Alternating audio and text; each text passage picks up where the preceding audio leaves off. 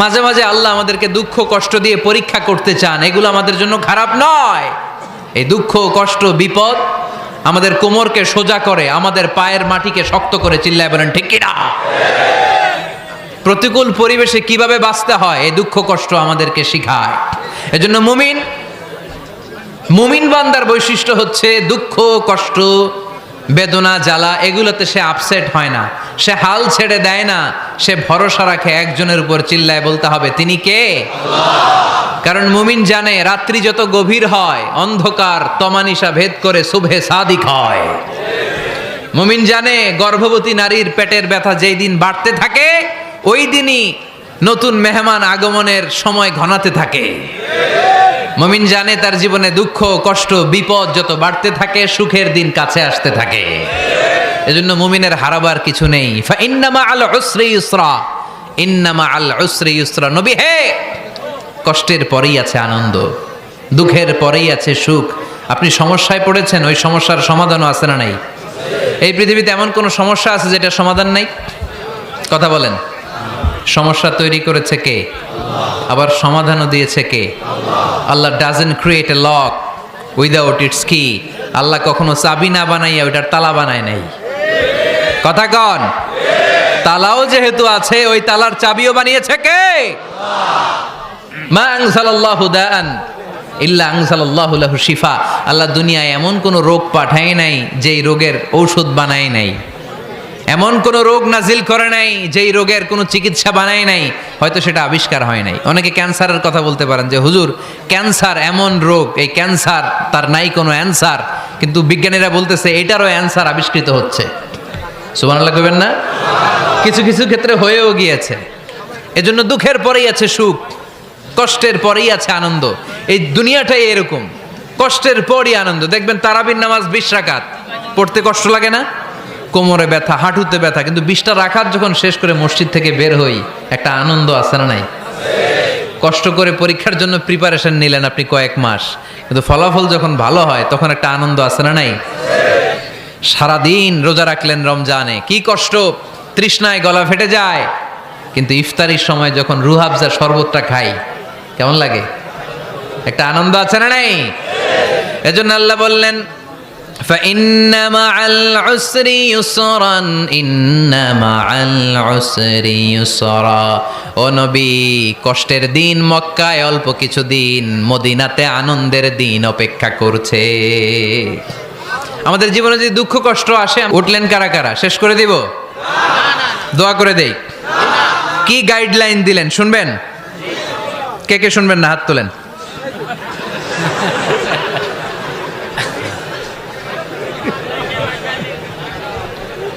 কষ্ট হইতেছে? গরম লাগতেছে না? আমিও ঘামতেছি আপনাদের সাথে সাথে। অনেক গ্যাদারিং হয়ে গেছে। আসেন আল্লাহর নামে 3টা তাকবীর দেই, তারপর কোন 2টা গাইডলাইন তিনি বিশ্বনবীকে দিলেন ওই নির্দেশনা বাণীটুকু শুনে আজকে আমরা বিদায় নেব। আওয়াজ করে পড়তে হবে লিল্লাহে তাকবীর, লিল্লাহে তাকবীর, লিল্লাহে তাকবীর। গাইডলাইন নাম্বার 1, ফাইদা ফারাগতা ফানসাব।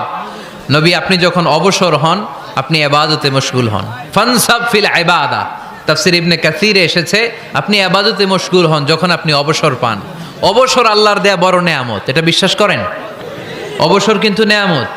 আমরা অনেকেই অবসর সময়কে কাজে লাগাই না, কিন্তু অবসর চলে যাওয়ার পরে যখন ব্যস্ত হয়ে পড়ি তখন বলি হায় রে, অবসরটা যদি কাজে লাগাইতাম। পরীক্ষার পরে 3 মাস ছুটি ছিল, এই 3 মাস অবসরে যদি পড়তাম তাইলে তো আজকে ভার্সিটিতে চান্স পেয়ে যেতাম, ঠিক কি না? এজন্য বিশ্বনবীর আল্লাহ বললেন নবী ফাইদা ফারাগতা ফানসাব ওয়া ইলা রাব্বিকা ফারগাব। মাদানী জীবনে, মাক্কি জীবনে, দাওয়াতি কার্যক্রমের পরে, রাষ্ট্রীয় কার্যক্রমের পরে যখনই আপনি অবসর পাবেন তখনই আপনি ইবাদত করেন, তখনই বেশি বেশি আল্লাহর কাছে দোয়া করে। দোয়াটা খুব শক্তিশালী, কিন্তু আমরা অনেকে জানি না কি করে দোয়া করতে হয়। সিনসিয়ার দোয়া ইজ লাইক এ মিসাইল। আপনারা প্রায় পত্রিকায় শুনবেন আমেরিকা অমুক দেশে মিসাইল হামলা করেছে, শুনছেন? মিসাইল হামলা এমন হামলা কত সেন্টিমিটার ব্যাগে যে কোন জায়গায় অ্যাটাক করবে, যেখানে মারার কথা ওখানে পড়বে। ঠিক দোয়াটা হচ্ছে মিসাইলের মতো। আপনি যদি দোয়ার মতো দোয়া করতে জানেন, ওই দোয়াটাও জায়গা মতো যে ভেদ করবে, চিল্লা এখন ঠিক কিনা? কিন্তু আমরা দোয়া করতে জানি না, কি করে দোয়া করতে হয় এটা জানি না। বিশ্বনবীকে আল্লাহ বললেন, নবী ফাইদা ফারাগতা ফাংসব, যখন আপনি অবসর হবেন তখন আপনি দোয়া করেন, আল্লাহর কাছে চান। বেশি বেশি চাইলে খুশি হয় কে? তার মানে প্রথম ঘোষণা হলো ফাইদা ফারাগতা ফাংসব, প্রথম নির্দেশনা হলো নবী যখনই আপনি অবসর পাবেন ইবাদত করবেন এবং দোয়া করবেন, বেশি বেশি আল্লাহর কাছে চাইবেন। 2 নাম্বার দিক নির্দেশনা হলো ওয়াইলা রব্বিকা ফারগাব, সব সময় আপনি আপনার আল্লাহর দিকে মনোনিবেশ করবেন। বিপদে পড়লে ডাকবো কারে? আমাদের অসুস্থতাকে সুস্থতায় পরিণত করে দিতে পারে কে? চাকরির জন্য পাগল পারা, চাকরি নাই, চাকরির ব্যবস্থা করে দিতে পারে কে? বিদেশে যেতে মনে চায়, পাসপোর্ট দিয়ে রেখেছি, ভিসা নাই, ভিসা লাগাই দিতে পারে কে? কিন্তু আমরা দুঃখ কষ্ট বেদনা কিছু একটা হইলেই সবার আগে আল্লাহরে শেয়ার করার আগে ফেসবুকে শেয়ার মেরে দেই। আছে না নাই? আপনাদের ফেসবুক অ্যাকাউন্ট আছে নাকি? কার কার আছে দেখি?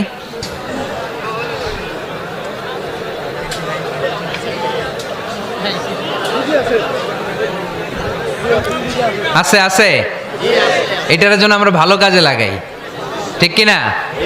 আপনি চাইলেই এমনভাবে ফেসবুক ফ্রেন্ড লিস্ট করতে পারেন যারা ভালো ভালো জিনিস শেয়ার করে, যারা মোটিভেশনাল জিনিস শেয়ার করে, ইসলামের পক্ষে কথা বলে। আপনার এক একটা শেয়ারে অনেকের জীবন বেঁচে যেতে পারে, ঠিক কিনা? একজন মুমূর্ষ রোগীকে বাঁচাতে রক্তের প্রয়োজন, রক্তের গ্রুপ এ পজিটিভ, যারা রক্ত দান করতে আগ্রহী তারা এই নাম্বারে যোগাযোগ করুন। ফেসবুকে মাঝে মাঝে এরকম নিউজ আসে না নাই? আপনি just you put down in share, শেয়ারের মধ্যে একটা পুট করে দিলেন, একটু শেয়ার মেরে দিলেন, ছড়িয়ে পড়লো হাজার হাজার ফেসবুক ফ্রেন্ডদের কাছে। তাদের অনেকে ব্লাড দিতে আগ্রহী, সে তাড়াতাড়ি যেয়ে সেখানে ব্লাড ডোনেট করে আসলো। আপনার একটা শেয়ারের কারণে বেঁচে গেল অনেকগুলো প্রাণ, চিল্লা এখন ঠিক কিনা? রক্তদানের মতো শ্রেষ্ঠ ইবাদত হতে পারে? আমরা মনে করি শুধু জিকিরি ইবাদত, আমরা মনে করি শুধু নামাজি ইবাদত।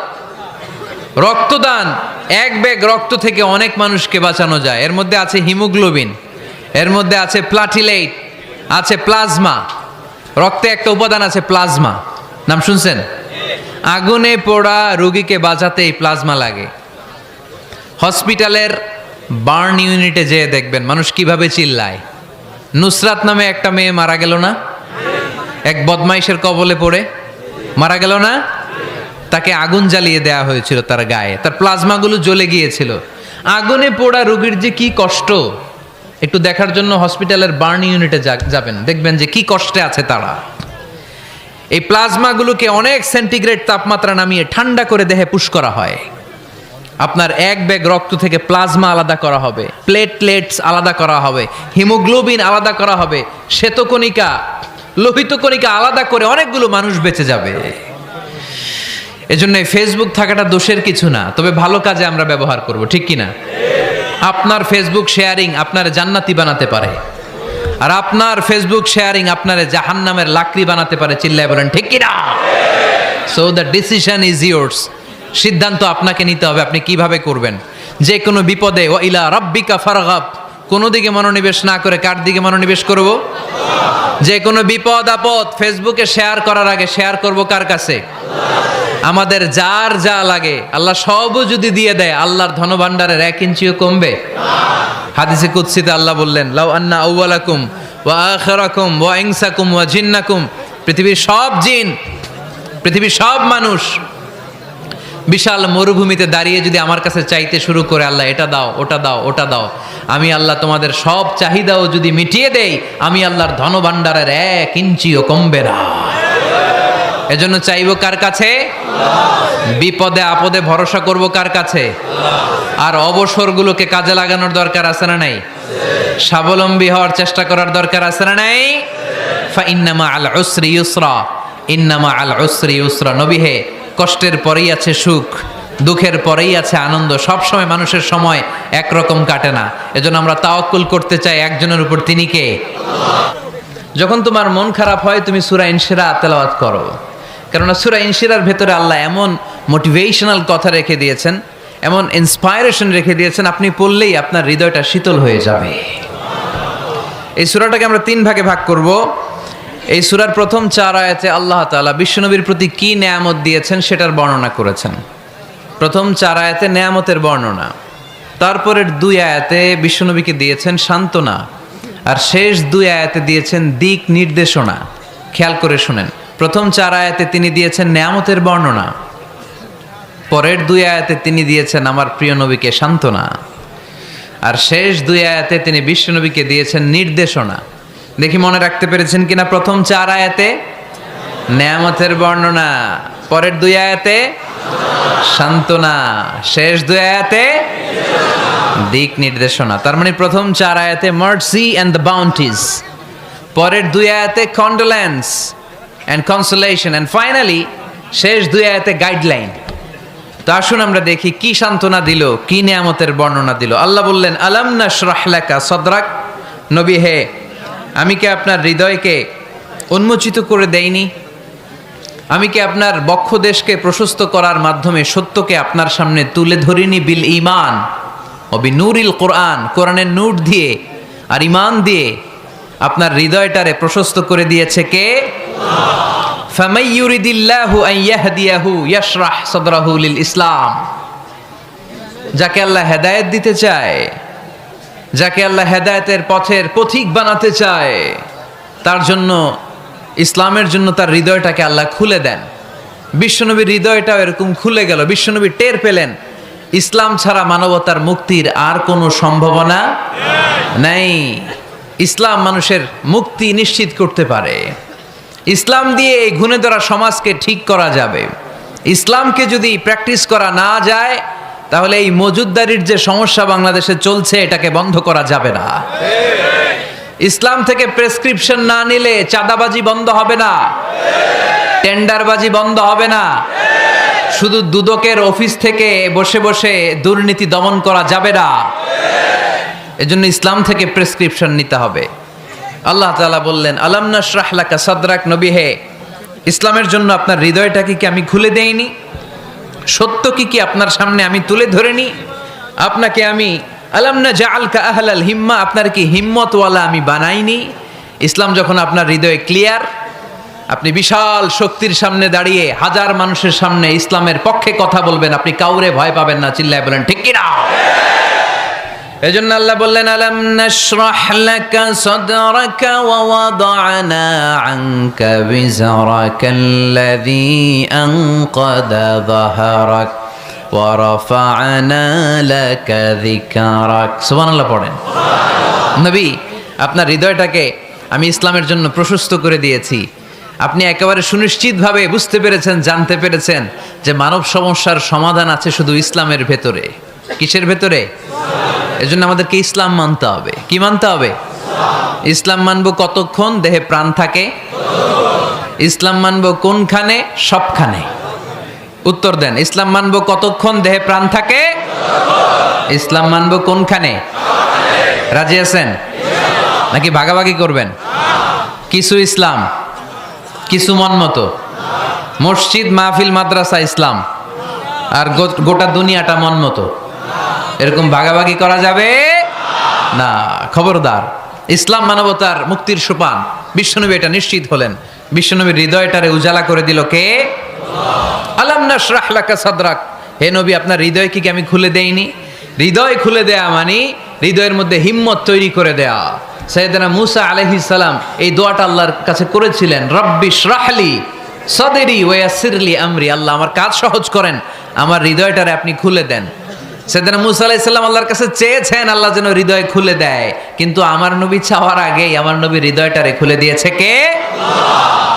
আবার অনেক মুফাসসিরিনে ইকরাম বলেছেন এখানে শারহে সাদর দ্বারা শাক্কু সাদর উদ্দেশ্য, মানে সিনা চাক। আমার নবীর জীবনে পুরো জিন্দেগিতে 3 বার সিনা চাক হয়েছিল। কয়বার? 3 বার।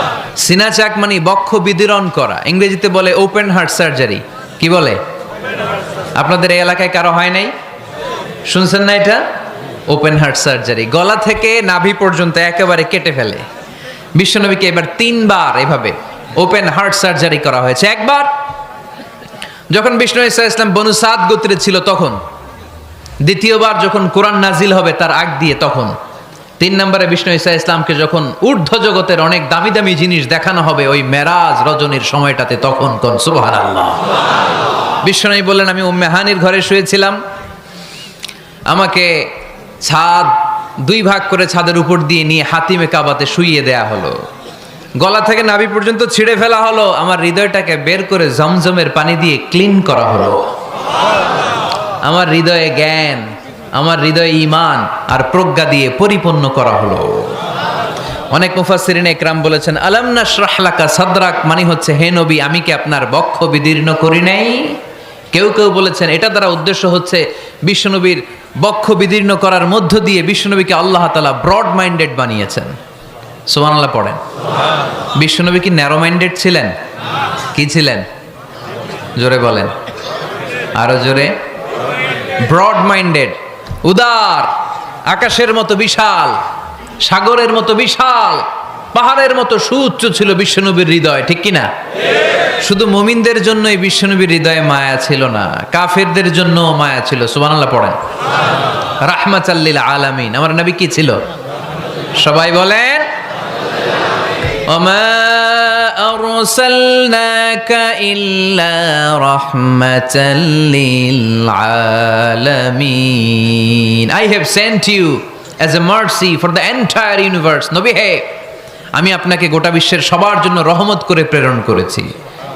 রাহমাতাল লিল আলামিন, আল্লাহ এখানে চাইলে বলতে পারতেন রাহমাতাল লিল মুসলিমিন, নবী আপনি শুধু মুসলিমদের জন্য রহমত, এটা বলছে? নবী আপনি শুধু মুত্তাকিদের জন্য রহমত, বলছে? চাইলে বলতে পারতেন নবী আপনি শুধু রাহমাতাল লিল মুসল্লিন, যারা মসজিদে যায় মুসল্লি নামাজ পড়ে তাদের জন্য রহমত, বলেছে? কি বলছে? রাহমাতাল লিল আলামিন, I have sent you as a mercy for the entire universe, গোটা বিশ্বের জন্য আপনি রহমত। সুবহানাল্লাহ পড়েন। সবার জন্য রহমত, সবার জন্য হৃদয় দিল দরিয়া। এজন্য তিনি ছিলেন ব্রড মাইন্ডেড, কখনো মানুষের ক্ষতি করতে চাইতেন না। এমনকি যুদ্ধের ময়দানে যেখানে আপনি প্রতিপক্ষকে আঘাত করবেন সেখানেও বিশ্বনবী ক্ষয়ক্ষতিকে মিনিমাইজ করার ট্রাই করতেন। তিনি যখন খায়বার দুর্গে আক্রমণ করবেন তার মিলিটারিকে, বিষ্ণু ঈসা ইসলাম মিলিটারিকে 5 ভাগে ভাগ করতেন। 5 ভাগে ভাগ করতেন। কি কমান্ডার ছিলেন তিনি! এক ভাগের নাম মুকদ্দমাতুল জাইশ, ফ্রন্ট উইং।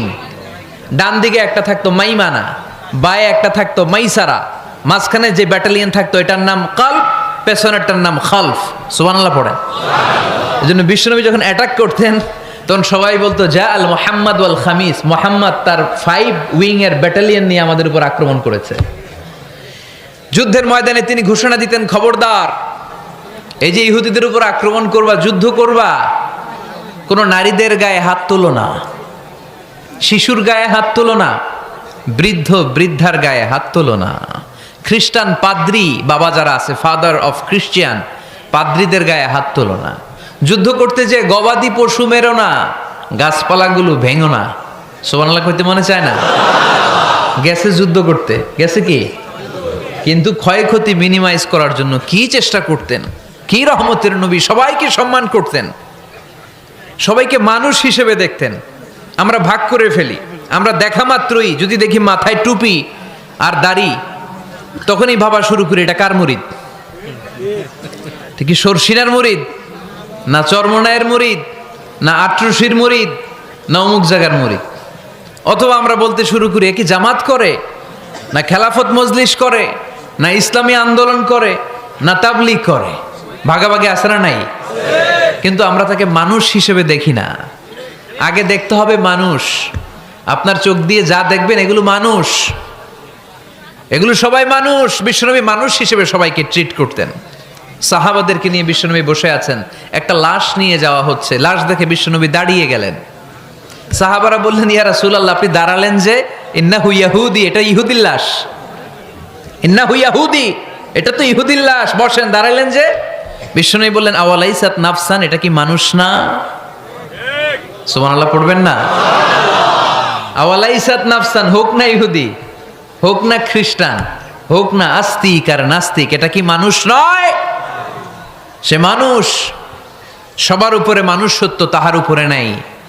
মাখলুকাতের মধ্যে সবচাইতে বেশি শ্রেষ্ঠতম হচ্ছে মানুষ। বিষ্ণু সবাইকে মানুষ হিসেবে ট্রিট করতেন। এজন্য বিশ্বনবী হচ্ছেন সবচেয়ে বেশি ব্রড মাইন্ডেড, মানে খোলা মনের, বড় মনের, দিল দরিয়া, ন্যারো মাইন্ডেড ছিলেন না। আমরা ন্যারো মাইন্ডেড, আমরা অল্পতে ঝগড়া বাঁধিয়ে দেই, আমরা অল্পতে অন্যকে গালমন্দ করি, আমরা অল্পতে ভাগাভাগি করি। ভাগাভাগি করবেন না, সহজ করে ইসলামকে উপস্থাপন করুন। আর দিন ও ইউসরুন লা উসরা ফি।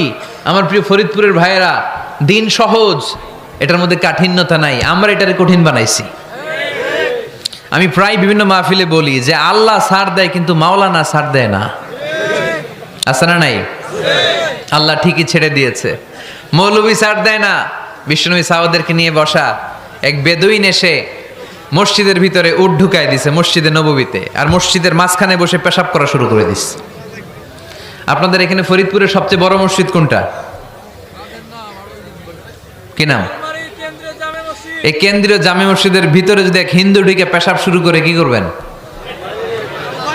হ্যাঁ, ওই কয় কোবাইলাম, তো আবেগে ওরে পিটানো শুরু করবে সবাই।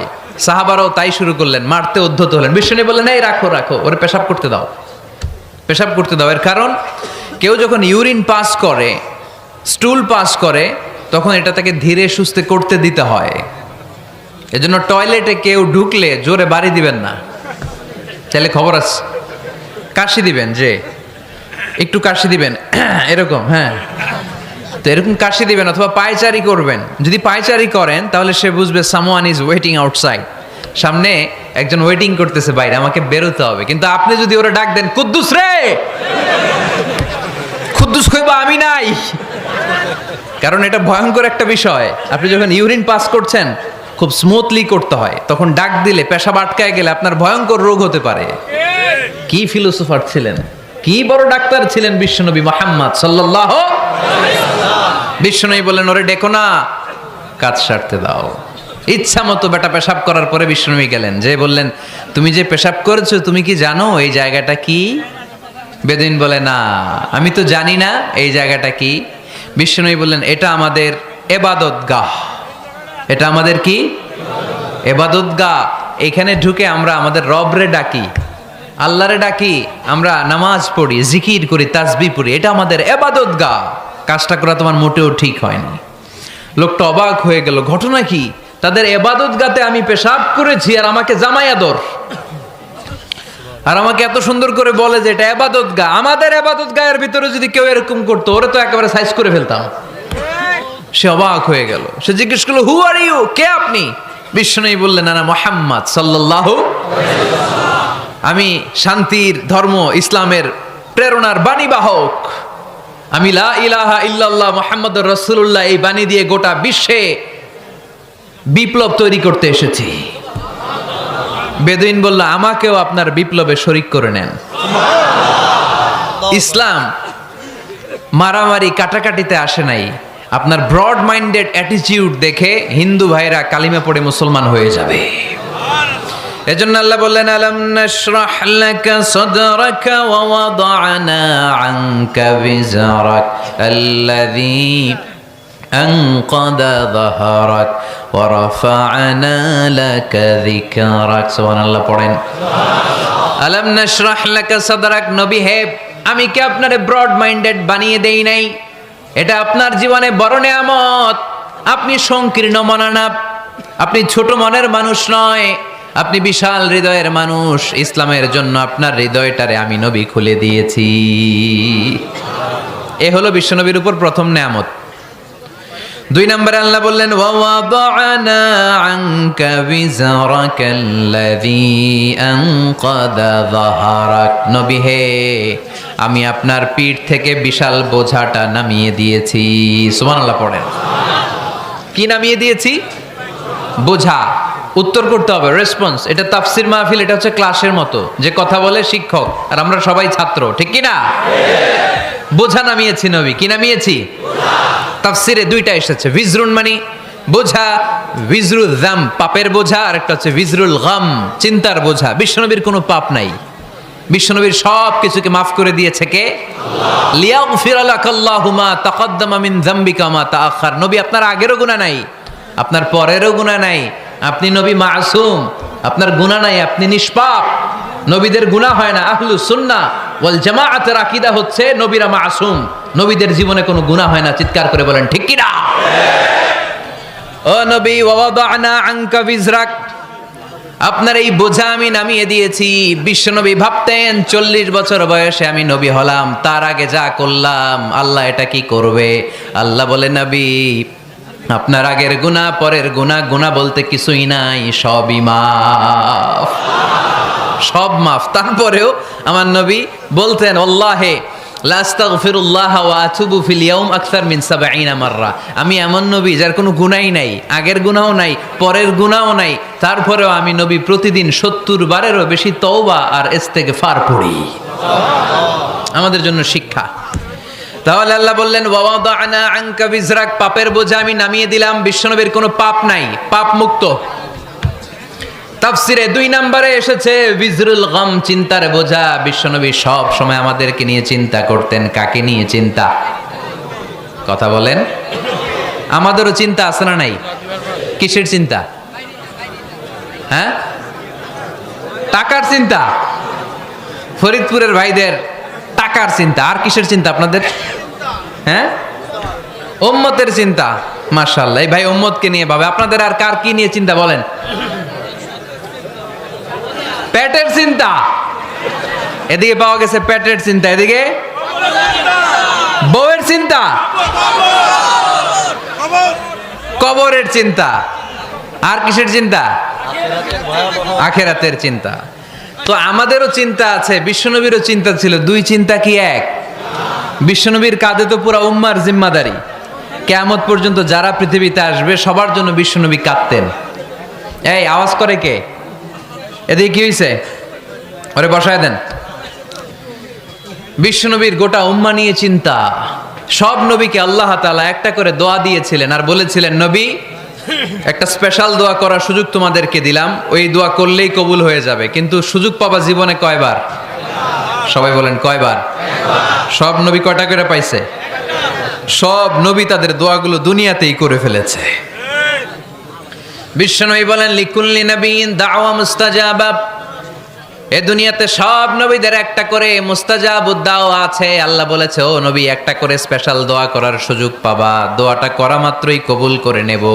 বিশ্বনবী বললেন, এই পৃথিবীর বুকে যত নবী রাসূল দুনিয়ায় এসেছে সব নবীরা তাদের স্পেশাল দোয়া দুনিয়ায় করে ফেলেছে, ইল্লা আনা, কিন্তু আমি করি নাই। বিশ্বনবী বললেন, ওয়া ইন্নী আখতাবিউ দাওয়াতি শাফাআতান লি উম্মতি ইয়াউমাল কিয়ামাহ। আমি আমার স্পেশাল দোয়াটা করি নাই। আমার স্পেশাল দোয়াটা আমি আমার গুনাহগার উম্মতকে বাঁচানোর জন্য কিয়ামত পর্যন্ত রেখে দিয়েছি। আমরা যেদিন বিপদে পড়ে যাব, যেদিন আমার আব্বা আমারে চিনবে না, আমি আমার আব্বারে চিনব না, নেতা তার কর্মীরে চিনবে না, কর্মী নেতারে চিনবে না, ঠিক কি না? পীর সাহেব মুরিদরে চিনবে না, মুরিদ পীর সাহেবরে চিনবে না, স্বামী তার স্ত্রীরে চিনবে না, স্ত্রী তার স্বামীরে চিনবে না। নবী থেকে শুরু করে, অলি থেকে শুরু করে, শহীদ থেকে শুরু করে সবার মুখে একটাই জিকির, ইয়া নাফসি ইয়া নাফসি ইয়া নাফসি। আকাশের সূর্যটা যেদিন মাথার কাছে চলে আসবে, জমিনটা তামার জমিন হয়ে যাবে। সূর্যের তাপে মাথার মগজগুলো ভাতের মাড়ের মতো গলে গলে নাকের ছিদ্র, কানের ছিদ্র দিয়ে টপ টপ করে বেয়ে বেয়ে নিচে পড়বে। ওই কঠিন দিনে কেউ কাউরে চিনবে না। বিষ্ণু বললেন, ওই দোয়াটা আমি দুনিয়ায় করি নাই। আমি বদরের যুদ্ধে মার খেয়েছি, উহুদের যুদ্ধে দাঁত ভেঙেছি, আমি না খেয়ে পেটে পাথর বেঁধেছি। আমি যদি ওই দিন দোয়া করতাম, আল্লাহ দোয়া কবুল করে নিত, জান্নাতি খাবার দিয়ে দিত, আমার মায়ের খাওয়া লাগতো না, তায়েফে আমার রক্ত ঝরতো না, দোয়া করলেই কবুল। কিন্তু ওই দোয়াটা আমি দুনিয়ায় করি নাই। ওই দোয়াটা আমার জন্য, আপনার জন্য, আমাদের জন্য বিশ্বনবী জমা রেখে দিয়েছে। এজন্য বিশ্বনবীর চিন্তা আর আমাদের চিন্তা এক চিন্তা না। বিশ্বনবীর পুরা উম্মতের চিন্তা, কিয়ামত পর্যন্ত যত মানুষ আসবে সবাই আমার উম্মত, না জানি তাদের নসিবে কি হয়ে যায়। এই চিন্তার বোঝা বিশ্বনবীকে কাবু করে ফেলেছিল।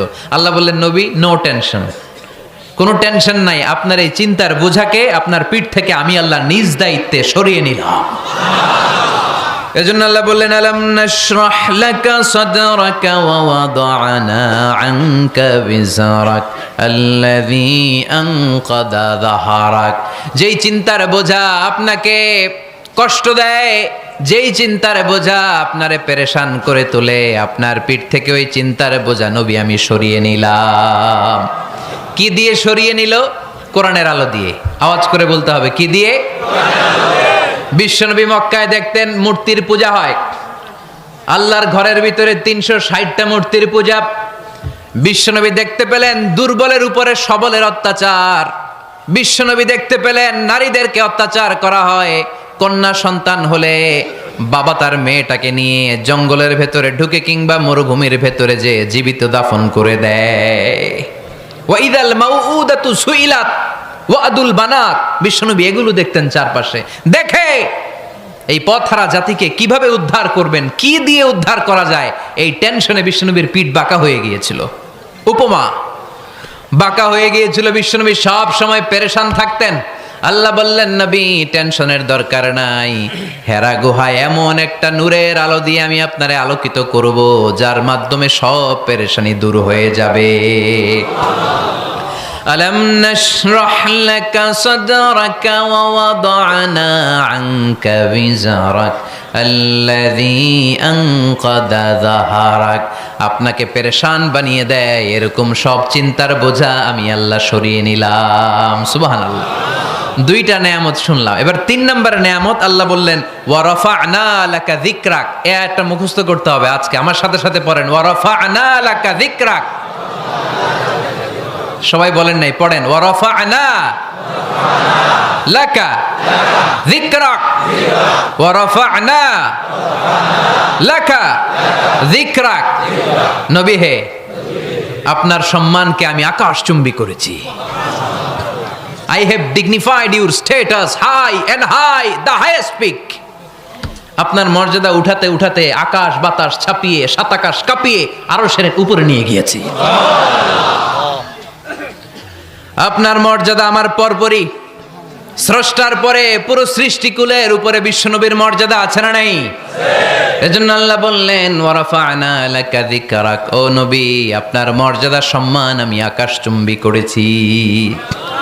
আপনার সুনাম সুখ্যাতি মান মর্যাদা আমি গোটা বিশ্বে ছড়াইয়া দেব। এ আয়াত যখন নাজিল হলো, কাফেররা হাসতে শুরু করলো। কাফেররা বলে, মোহাম্মদ বেটা বলে কি, ও জানে বাঁচবে কিনা ওইটাই তো সন্দেহ। আমরা যেই ষড়যন্ত্র পাকাচ্ছি, ও জানে বাঁচবে কিনা সে এটাই সন্দেহ, তার নাম গোটা বিশ্বে ছড়াবে কি করে আমরা দেখে নেব। আল্লাহ বলেন, তোরা আমার নবীর সুনাম সুখ্যাতি ছড়ানোর ব্যাপারে বাধা তৈরি করবি, তোরা আমার নবীর ব্যাপারে অপপ্রচার চালাবি, তোদের অপপ্রচারকেই আমি আমার নবীর প্রচার মাধ্যম বানিয়ে দেব। তোরা করবি অপপ্রচার।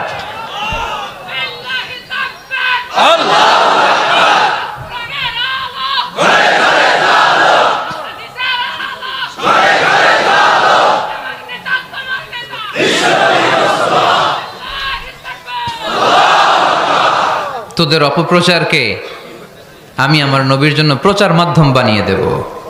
এরকম অনেক সময় হয় না যে কেউ কেউ অপপ্রচার করে কারো বিরুদ্ধে, এটা তার জন্য প্রচার হয়ে যায়। কেউ অপপ্রচার চালায়, আল্লাহর মেহেরবানিতে ওইটা তার পাবলিসিটি হয়ে যায়। তার আলাদা করে প্রচার বিভাগের টিম তৈরি করা লাগে না, তার বিরোধীরাই তার প্রচার বিভাগের কাজে নেমে পড়ে। বিশ্বনবী বললেন, আল্লাহ বললেন, তোরা আমার নবীর সুনাম সুখ্যাতিকে থামাবি, তোদের মাধ্যমে আমি বিশ্বনবীর সুনাম সুখ্যাতি গোটা বিশ্বে বুলন্দ করে দেব। আবু জাহেল ঘোষণা দিল, খবরদার, হজের মৌসুম, হাজী সাহেবরা গোটা বিশ্ব থেকে আসবে, আমার দলের কর্মীরা তোরা যেটা করবি সেটা হচ্ছে হাজীদের কাছে যে বলবি মক্কায় নতুন এক পাগল আসছে, নতুন এক জাদুকর আসছে, নাম মুহাম্মদ। নাউজুবিল্লাহ পড়বেন না? খবরদার হাজী সাহেবেরা, এই পাগলের কাছে যেও না। সব হাজিরা গোটা বিশ্ব থেকে এসে মক্কার মিনা প্রান্তরে তাঁবুর ভিতরে ঢুকেছে, আর আবু জাহেলের টিম মেম্বাররা সব তাঁবুর ভিতরে উকি মাইরা কয়, খবরদার, নতুন পাগল আইছে। সবাই কয়, নাম কি? কয়, মুহাম্মদ। নতুন পাগল এসেছে, নাম মুহাম্মদ। নতুন জাদুকর এসেছে, তার নাম মুহাম্মদ। খবরদার, তার কাছে যেও না, তার কথা শোনো না, শুনলে তোমরাও পাগল হয়ে যাবা, তোমরাও পাগল হয়ে যাবা। সে এত বড় জাদুকর, মুহাম্মদ সাল্লাল্লাহু আলাইহি ওয়াসাল্লাম এত বড় জাদুকর, তার জাদু দেখলে, তার কথা শুনলে হাজবেন্ড ওয়াইফের মধ্যে সম্পর্ক বিচ্ছিন্ন হয়ে যায়। সে এত বড় জাদুকর, তার কথা শুনলে বাবা আর ছেলের সম্পর্ক ছিন্ন হয়ে যায়। সে এত বড় জাদুকর, তার কথা শুনলে বন্ধু বন্ধু আলাদা হয়ে যায়। খবরদার হাজী সাহেবরা, তোমরা হজ করতে এসেছো করো, জমজমের পানি খাও আর খেজুর নিয়ে যাবা বাড়িতে, কিন্তু মুহাম্মদ সাল্লাল্লাহু আলাইহি ওয়াসাল্লামের কাছে যাওয়া যাবে না। আচ্ছা, আপনারা বুঝে শুনে উত্তর দেন। এই যে লক্ষ লক্ষ হাজি মিনার তাবুতে বসা, আর আবু জাহেলের লোকটা যে বললো নতুন জাদুকরের নাম মোহাম্মদ, তার কাছে যেও না, এই লক্ষ লক্ষ হাজিরা এর আগে জীবনেও মোহাম্মদ সাল্লাল্লাহু আলাইহি ওয়াসাল্লামের নাম শুনছে? তার মানে মোহাম্মদ সাল্লাল্লাহু আলাইহি ওয়াসাল্লামের নাম তাদের কানে পৌঁছে দেওয়ার দায়িত্ব আবু জাহেল নিজেই নিয়ে নিয়েছে। চিল্লায় এখন ঠিক কি না? অপপ্রচার প্রচার হয়ে গিয়েছে। আর সবাই মনে মনে ভাবে, কয় কি এত বড় জাদুকর, হজ করি আর না করি আরে না দেখা যাওয়া যাবে না। হজ তাড়াতাড়ি কোন রকম সাইরা এই জাদুকরের কাছে আগে যাব, দেখি কেমন জাদু দেখায়, দেখি কত বড় ম্যাজিশিয়ান, দেখি তো কত বড় পাগলের। কারণ আল ইনসানু হারিসুন আলা মা মুনিআ, মানুষকে যেটা নিষেধ করা হয় বেশি, মানুষ এটা করতে চায়। যদি বলি ওদিকে যাবি না, ওর বাপের কিরা ওদিকে যাবে ও, ঠিক কি না? এটা আমাদের স্বভাব, আমাদের খাসলা, আমাদের বৈশিষ্ট্য। যেটা আমাদেরকে নিষেধ করা হয় বেশি, ওটা করতে মন চায়। সব হাজিরা মনে মনে ভাবলো আমরা যাব যাব, তোরা যতই বলিস না কেন যাব যাব, হজের পরে অবশ্যই যাব। দেখা গেল হজের পরে বিশ্বনবী মুহাম্মদুর রাসূলুল্লাহ সাল্লাল্লাহু আলাইহি ওয়াসাল্লামের বাড়ির সামনে বিশাল বড় গ্যাদারিং শুরু হয়েছে। সবাই লাইন ধরে দেখা করতে গেছে। দেখা করতে যে বিশ্বনবীর চেহারা দেখে প্রথম নজরে সব পাগল। চাঁদের চেয়ে সুন্দর তুমি নবী আমার কমলিওয়ালা, চাঁদের চেয়ে সুন্দর তুমি নবী আমার কমলিওয়ালা, দু জাহানের বাদশাহ তুমি প্যারা নবী সাল্লে আলা, দু জাহানের বাদশাহ তুমি প্যারা নবী সাল্লে আলা, চাঁদের চেয়ে সুন্দর তুমি নবী আমার কমলিওয়ালা। সুবহানাল্লাহ পড়েন। এত সুন্দর চেহারা, বিষ্ণু ঈসা ইসলামের চেহারার মতো এরকম চেহারার মানুষ পৃথিবীতে আছে? দ্বিতীয়টা, অনেকে বলে সাইয়েদনা ইউসুফ আলাইহিস সালামের চেহারা নাকি বেশি সুন্দর। সুন্দর ঠিক, কিন্তু আমার নবীর চাইতে বেশি নয়। বিষ্ণু বলতেন আনা মালিহুন ওয়া আখি ইউসুফু সাবিহুন, আমার ভাই ইউসুফ হচ্ছে সাবিহ, সাবিহ মানে সাদা সুন্দর ধবধবে, আর আমি হচ্ছে মালিহ, মালিহ মানে এসেছে মিলহন থেকে, মিলহন মানে লবণ, মানে লাবণ্যময় সুন্দর। আমার ভাই ইউসুফ নবী সাদা সুন্দর, আমি লাবণ্যময় সুন্দর। কোনটার দাম বেশি? লাবণ্যময় সুন্দরের দাম বেশি। সাইয়েদনা ইউসুফ আলাইহিস সালামের চেহারা দেখে মিশরের মেয়েরা লেবু কাটতে যে বা কমলা কাটতে যে, আনার কাটতে, কমলা কাটতে যে আঙ্গুল কেটে ফেলেছিল। কোরআন তার সাক্ষী। ওয়া কাত্তা'না আইদিয়াহুন। আম্মাজান আয়েশা রাদিয়াল্লাহু তাআলা আনহা যখন এই ঘটনা শুনেছেন, তিনি মিশরের মেয়েদেরকে ডাক দিয়ে বলেছেন, ও মিশরের মেয়েরা, তোমরা ইউসুফ নবীর সৌন্দর্য দেখে লেবু কাটতে যে আঙ্গুল কেটেছ, আমার স্বামী পেয়ারা নবী মুহাম্মদ রাসূলুল্লাহর চেহারা যদি তোমরা দেখতা, তাহলে লেবু কাটতে যে আঙ্গুল নয়, কলিজাটা কেটে টুকরা টুকরা করে দিতা। আবার আম্মা জান আয়েশা বলতো, লাকুম শামসুন ওয়া লানা শামসুন, তোমাদের জন্য একটা সূর্য আছে, কিন্তু আমি আয়েশার জন্য আলাদা একটা সূর্য আছে। তোমাদের সূর্যটা প্রতিদিন সকালবেলা পূর্ব আকাশে উদিত হয়ে গোটা দুনিয়াটারে আলোকিত করে দেয়, আর আমার সূর্যটার নাম হলো মুহাম্মদ সাল্লাল্লাহু আলাইহি ওয়াসাল্লাম। মসজিদে নববীতে এশার নামাজের পরে আমার সূর্যটা আমার ঘরে উদিত হয়। তোমাদের সূর্য সকালবেলা পূর্ব আকাশে উঠে গোটা দুনিয়াটারে আলোকিত করে, আমার সূর্য মুহাম্মদ এশার নামাজের পরে আমার ঘরের ভেতরে যখন উকি দেয়, আমার পুরো ঘরটারে আলোকিত করে দেয় কে? এত সুন্দর চেহারা ছিল, ওনার চেহারার নূর দিয়ে হারানো সুই খুঁজে পেয়েছে বিশ্বনবীর স্ত্রীরা। চিল্লায় কোন আল্লাহু আকবার। বিশ্বনবীর চেহারা সৌন্দর্যের সাথে কারো সৌন্দর্যের কোনো মিল হবে? No comparison with our beloved prophet Muhammad sallallahu alayhi wasallam. Whether it's the fitness, whether it's the appearance, whether it's the status, no comparison with our prophet. এটা ফিটনেসের দিক থেকে হোক, এটা চেহারার সৌন্দর্যের দিক থেকে হোক, এটা কণ্ঠস্বরের ঝংকারের দিক থেকে হোক, সম্মান আর মর্যাদার দিক থেকে হোক, আমার নবীর সম্মানের ধারে কাছেও সম্মান পৃথিবীর কারো হতে পারে না। চিল্লায় বলেন ঠিক কিনা? এজন্য আল্লাহ বললেন ওয়া রাফা'না লাকা যিকরাক, নবী আপনার সম্মান বাড়াতে বাড়াতে আমি আকাশচুম্বী করেছি। লোকজন সব যে বিশ্বনবীর দরবারে লাইন ধরেছে, হাজিরা সব বিশ্বনবীর কাছে, যে চেহারা দেখেই কুপকার, বাকি জিনিস তো পরে। অনেকে আছে না, চেহারা দেখলেই মানুষ পাগল হয়ে যায়, আছে না নাই? চেহারা দেখেই পাগল, চেহারা দেখেই পাগল। তারপর তারা মিলাতে লাগলো। মিনার তাবুতে আবু জাহেলের কর্মীরা ঘোষণা দিয়েছিল এলাকায় মুহাম্মদ নামে পাগল এসেছে। তারা মিলায়ে দেখে না, এই মহামানব কোনোদিন পাগল হতে পারে না, কারণ পাগলের চুলগুলো থাকে উস্কো খুস্কো, ঠিক কিনা? আমার নবী সাল্লাল্লাহু আলাইহি ওয়াসাল্লামের চুল উস্কো খুস্কো ছিল? কত সুন্দর চুল আঁচড়ে রাখতেন, জাইতুনের তেল দিতেন, আতর ঢেলে মাথার শীতের মধ্যে ঢেলে দিতেন, কপাল বেয়ে বেয়ে পড়তো, আর যেখানে সেজদা দিতেন সেজদার জায়গায় আতরের ঘ্রাণে আমোদ হয়ে যেত। হাতের তালুতে পারফিউম মাখতেন, আর মানুষের সাথে মুসাফা করলে যার সাথে মুসাফা তার হাতের সাথে নবীর ব্যবহৃত পারফিউমের ঘ্রাণ ছুটে যেত। এত পরিচ্ছন্ন ছিলেন। তারা বিশ্বনবীর চেহারার সাথে আবু জাহেলের বক্তব্যের মিল খুঁজে পায় না। তারা বলে না, এই লোক কখনো পাগল হতে পারে না। পাগলের চুল থাকে উস্কো খুস্কো, জামা থাকে ছিঁড়া ফাড়া, গায়ের মধ্যে থাকে ময়লা। পাগল কখনো দাঁত মাজে না, কিন্তু বিশ্বনবীর মুচকি হাসির ফাঁক দিয়ে দাঁতের দিকে তাকালে মানুষগুলো সব পাগল হয়ে যায়। স্মাইল দিতেন বিশ্বনবী, স্মাইল, মুচকি হাসি, তাবাসসুম। বিশ্বনবীর মুচকি হাসি দেখলে মানুষ পাগল হয়ে যেত, পাগল পাড়া হয়ে যেত। তারা বলে না না, এ মহামানব তো কখনো পাগল হতে পারে না। আবার মিলাতে লাগলো। আবু জাহেলের কর্মীরা বলেছিল এটা নাকি বড় জাদুকর, কিন্তু তারা বলে না না, এই অসাধারণ লোকটা জাদুকরও হতে পারে না, সে তো কোনো মন্ত্র পড়ে না। জাদু করার জন্য মন্ত্র পড়ার দরকার আছে না নাই? বিষ্ণুনবী কি মন্ত্র পড়তো? বিষ্ণুনবী কি পড়ে শোনাতো? চিল্লায় বলেন, কি পড়ে শোনাতো? কোরআন শোনাতো। এত সুন্দর কণ্ঠ ছিল বিশ্বনবীর, পাগল হয়ে যেত মানুষ শুনতে শুনতে, পাগল পাড়া হয়ে যেত, বিমুগ্ধ হয়ে যেত। তারা সবাই বলতে আরম্ভ করলো, আবু জাহেল তুমি মিথ্যাবাদী, তবে তোমাকে ধন্যবাদ এরকম একটা মানুষের সাথে পরিচয় করিয়ে দেওয়ার জন্য। সুবহানাল্লাহ কইলেন না?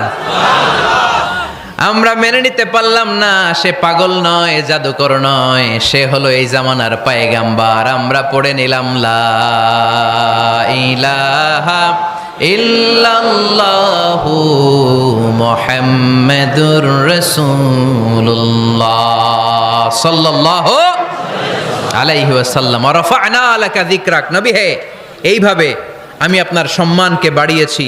হাইসুমা যুকিরতু যুকিরতা মাই, নবী যেখানে আমার নাম নেওয়া হবে আমার পর পর আপনার নামও নেওয়া হবে। পড়েন সুবহানাল্লাহ। যেখানে আমার আল্লাহর নাম, তারপরে আমার নবীর নাম আছে না নাই? কালিমার ভেতরে লা ইলাহা ইল্লাল্লাহ আমার আল্লাহর নাম শোভা পায়, তারপরে মুহাম্মাদুর রাসূলুল্লাহ দ্বিতীয় বাক্যে আমার নবীর সুন্দর নামটা আছে না নাই? কালেমার মধ্যে প্রথমে আল্লাহর নাম, তারপরে নবীর নাম। হাইসুমা যুকিরতু যুকিরতা মাই, নবী কিভাবে আপনার মর্যাদা আমি বাড়াবো জানেন? যেখানেই আমি ওইখানেই আপনি, যেখানে আমার নাম নেওয়া হবে তারপরেই সৃষ্টিকুলের মধ্য থেকে শুধু আপনার নাম নেওয়া হবে। সুবহানাল্লাহ পড়েন।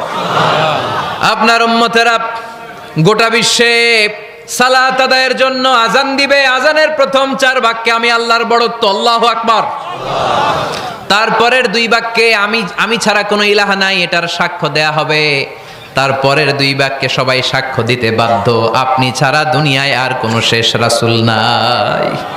তার মানে আজানের মধ্যেও আমার আল্লাহর নামের পরে আমার নবীর নাম আছে না নাই? এরপর আমরা একামত দিয়ে জামাত শুরু করি। এই জামাতের আগে যে একামতটা দেই, এই একামতেও আল্লাহর নামের পরে আমার নবীর নামটা আছে না নাই? আল্লাহু আকবার, আল্লাহু আকবার, আশহাদু আন লা ইলাহা ইল্লাল্লাহ, আশহাদু আন্না মুহাম্মাদার রাসূলুল্লাহ সাল্লাল্লাহু। তার মানে আজানে আমার নামের পরে আপনার নাম, একামতে আমার নামের পরে আপনার নাম, নামাজের শেষে যখন আমরা শেষ বৈঠকে বসি সেখানে বিশ্বনবীর উপর দুরূদ আছে না নাই? তার মানে সব জায়গায় বিশ্বনবীর নাম নেয়াকে আবশ্যক করে দিয়েছে কে? নবী হে, এই গোটা বিশ্বের ভেতরে সূর্য উঠবে, সূর্য ডুববে, শীত যে গ্রীষ্ম আসবে, দিন যে রাত আসবে, এক মুহূর্তের জন্য আপনার নামের আলোচনা থামবে না। চিল্লায় বলো ঠিক কি না? রাফা'না লাকা যিকরাক, I have dignified your status very high, very high. অনেক উপরে নিয়েছি, আকাশ বাতাস ছাপিয়ে, সাত আকাশ কাঁপিয়ে আরশ পর্যন্ত আমি আপনার মর্যাদাকে বুলন্দ করেছি। এই পৃথিবীতে যত আসমানি কিতাব এসেছিল সবগুলো আসমানি কিতাবে বিষ্ণুনবীর নাম উল্লেখ করেছে কে? তার মানে তাওরাতের ভেতরে বিষ্ণুনবীর নাম আছে না নাই? ইনজিলে, জাবুর, সুহুফে ইব্রাহিম, সুহুফে মূসা, আল্লাযী ইয়াজিদুনাহু মাকতুবান ইনদাহুম ফিত তাওরাতি ওয়াল ইনজিল। ইহুদিরা খ্রিস্টানরা বিশ্বনবীর মানতে চাইতো না। তারা বলতো, মুহাম্মদ তোমার নাম তো আমাদের কিতাবে নাই। বিশ্বনবী বললেন পড়ো। তারা পড়তে পড়তে বিশ্বনবীর জায়গাটা লুকিয়ে রাখতো, যেখানে বিশ্বনবীর নাম ওরা এভাবে ধরে রাখতো। বিষ্ণু ইসা ইসলাম এক সাহাবাকে বললেন, আমি তো ওদের ভাষা বুঝি না, তুমি ওদের ভাষা বুঝে দেখো কোন জায়গায় চোরামিটা করে। প্রতিটা কিতাবের প্রতিটা পাতায় পাতায় বিষ্ণুনবীর নাম আছে না নাই? সাইয়েদনা আদম আলাইহিস সালাম থেকে শুরু করে ঈসা আলাইহিস সালাম পর্যন্ত যত নবী এসেছে সব নবী সুসংবাদ দিয়েছে যে একজন নবী আসবে, যেই নবী আসার মধ্য দিয়ে এই আম্বিয়া আলাইহিমুস সালাম পৃথিবীতে আসার যে ধারাবাহিকতা, এই সিলসিলা, এই চেইনকে আল্লাহ তাআলা কাট অফ করে দিবে। সাইয়েদনা আদম তার বংশধরদেরকে বলেছে, নূহ আলাইহিস সালাম তার প্রজন্মকে বলেছে, ইব্রাহিম আলাইহিস সালাম তার জেনারেশনকে বলেছে, মূসা আলাইহিস সালাম বনি ইসরাইলকে শুনিয়েছে। সর্বশেষ সাইয়েদনা ঈসা আলাইহিস সালাম এসে বলেছে, ইয়াতি মিন বাদি ইসমুহু আহমদ, আমার পরে এমন এক নবী আসবে তার নাম, চিল্লায় বলেন, আহমদ বড় বিশ্বস্ত, সে কোন বন্ধু বলো বেশি বিশ্বস্ত, সে কোন বন্ধু বলো বেশি বিশ্বস্ত, কার কাছে মন খুলে দেয়া যায়, কার কাছে প্রাণ খুলে বলা যায়, হওয়া যায় অতি আশ্বস্ত, তার নাম আহমদ বড় বিশ্বস্ত। সুবহানাল্লাহ পড়েন। ইয়াতি মিন বাদি ইসমুহু আহমদ, আমার পরে এমন এক নবী আসবে তার নাম হবে আহমদ। এই নবীর পরে আর কোন নবী আছে? চিল্লায় বলেন, লা নবিয়্যা বাদি ওয়ালা রাসূলা, আমার পরে কোনো নবীও নাই, আমার পরে কোনো রাসূলও নাই। তবে আমার পরে যদি নবী হওয়ার যোগ্যতা কারো থাকে, আমার ওমরে ফারুক নবী হওয়ার যোগ্যতা রাখে। কোন নবী নাই, খাতামুন নবিয়্যিন, আমার পরে কোনো নবী নাই। তার মানে বিশ্বনবীর জীবনে 3 নম্বর নিয়ামত হলো রাফা'না লাকা যিকরাক, মর্যাদা আমি বাড়াতে বাড়াতে বাড়াতে বাড়াতে নবী অনেক উপরে নিয়েছি। আবার আল্লাহ আমাদেরকে ডেকে বললেন, ও ইমানদার বান্দারা শোনো, আমি স্বয়ং আল্লাহ তাআলা আমার ফেরেশতা বাহিনী নিয়ে এই নবীর উপরে স্বয়ং আমি দুরূদ পড়ি।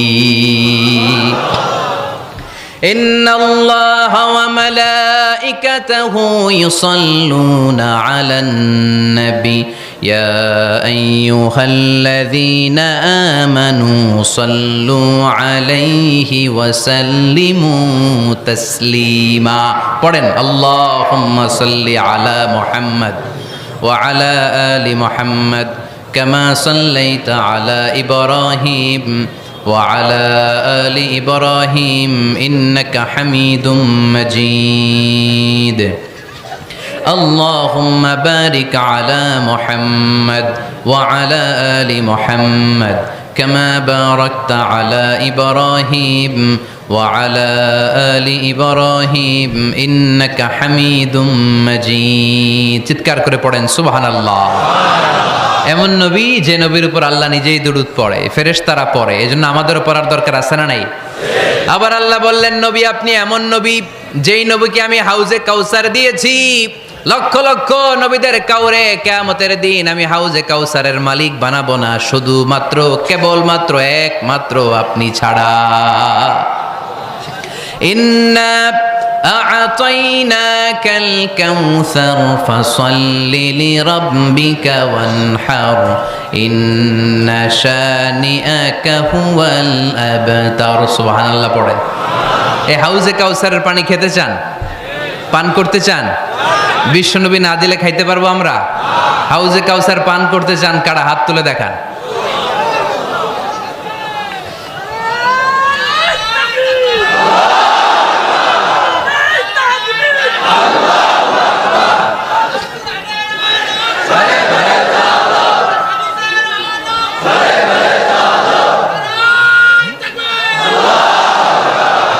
আহলা মিনাল আসাল, হাউজে কাউসারের পানি মধুর চেয়েও মিষ্টি।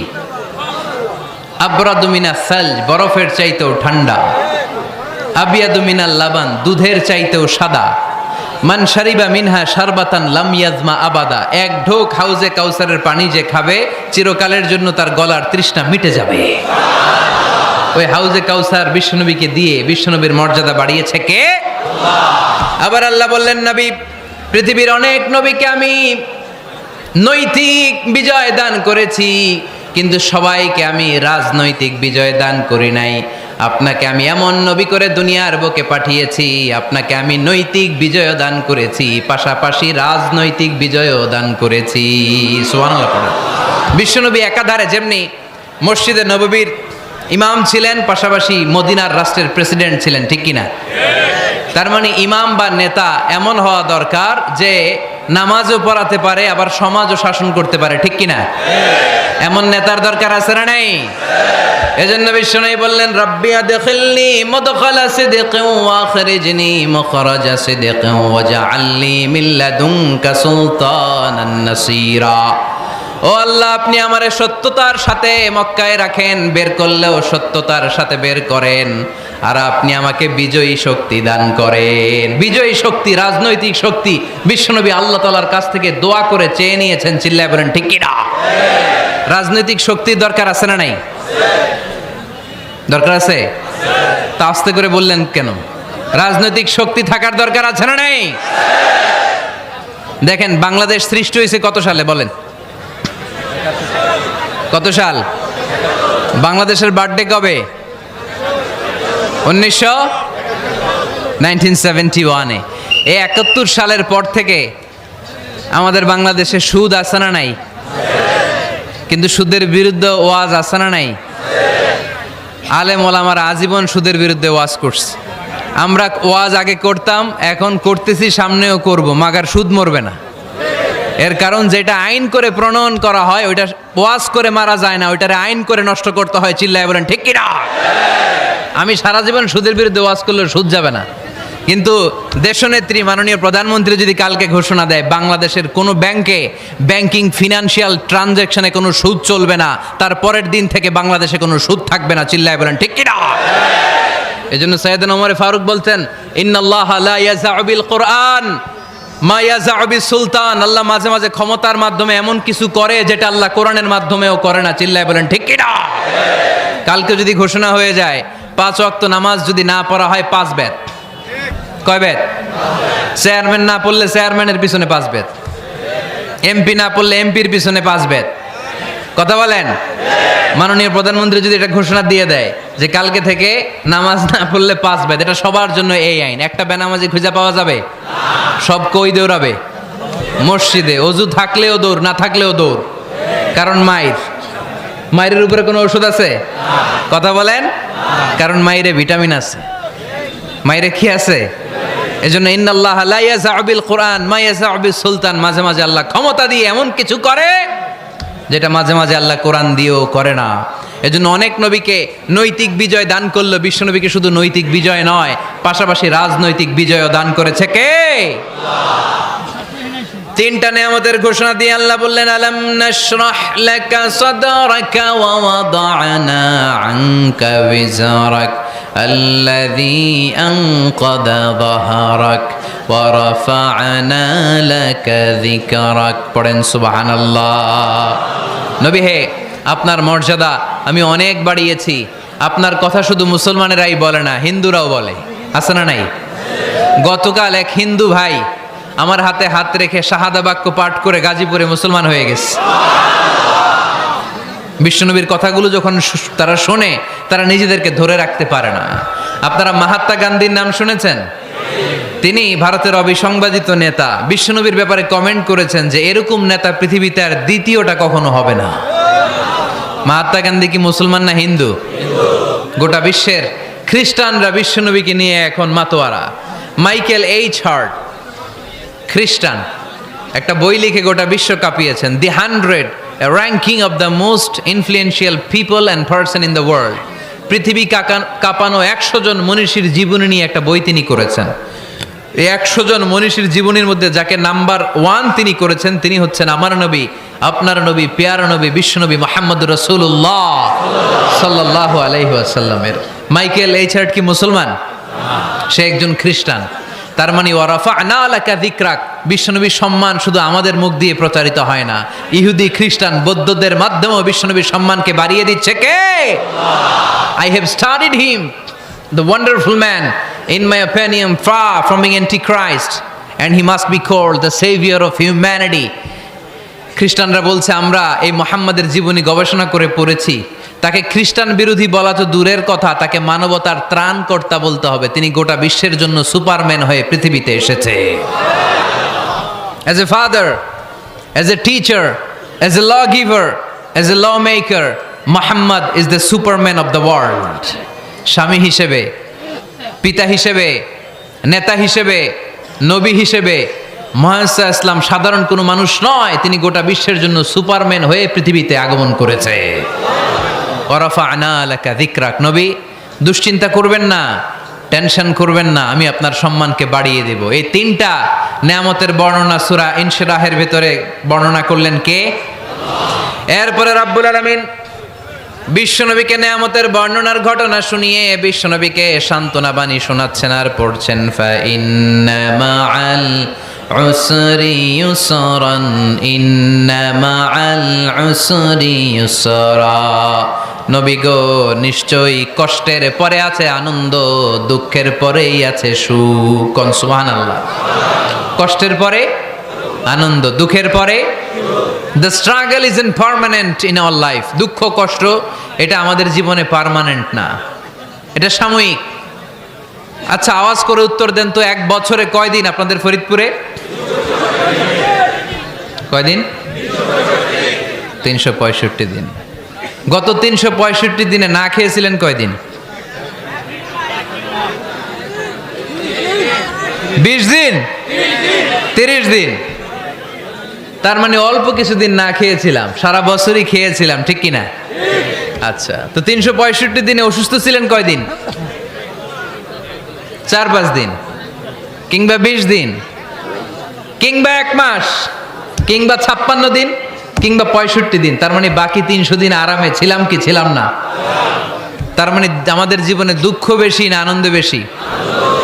সুখ বেশি না কষ্ট বেশি?